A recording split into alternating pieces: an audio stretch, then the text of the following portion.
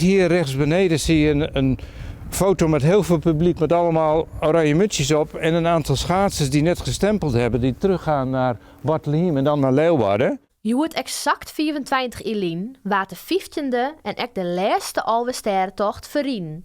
Meer dan 16.000 reetrieders stapten het ijs op om de tocht der tochten al te lezen. Het spektakel zit Hans Knijf nog helder voor de geest. Hij maakte die dag unieke beelden van het keerpunt in Dokkum. En als ik die kant op keek, was het helemaal leeg. Geen mens te bekennen.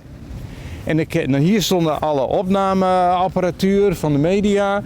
En hier was de stempelpost. En het was aan alle kanten was het hartstikke vol met mensen. Er kon geen kip meer bij.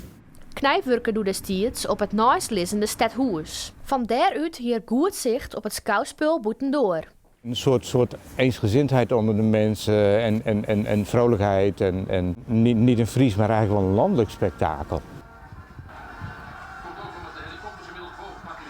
Knijf liet die dag de stoute squallen en beklom de nauwe treppen van het Stadhuis. En dat is echt kruip door, sluip door, hè? Dat is echt, oeps. De allermooiste plaatsjes maken er boppen uit het Tworkenwaai. Nou ja, je kijkt er overheen en je ziet die mensen, die swingende mensenmassa. En op het moment dat die schaatsers, die kopgroepen dan aankwam, barstig gejuich los en mensen gaan helemaal op de dol heen, zeg maar. Hè?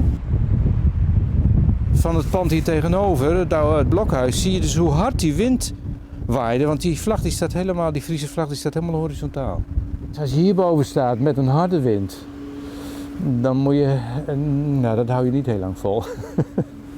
Dus ik heb hier ook niet heel lang gestaan, een half uur of maximaal een uur denk ik. En mocht er eer weer een Alwestertocht komen, zit Knijf dan weer op hetzelfde plak foto's te maken?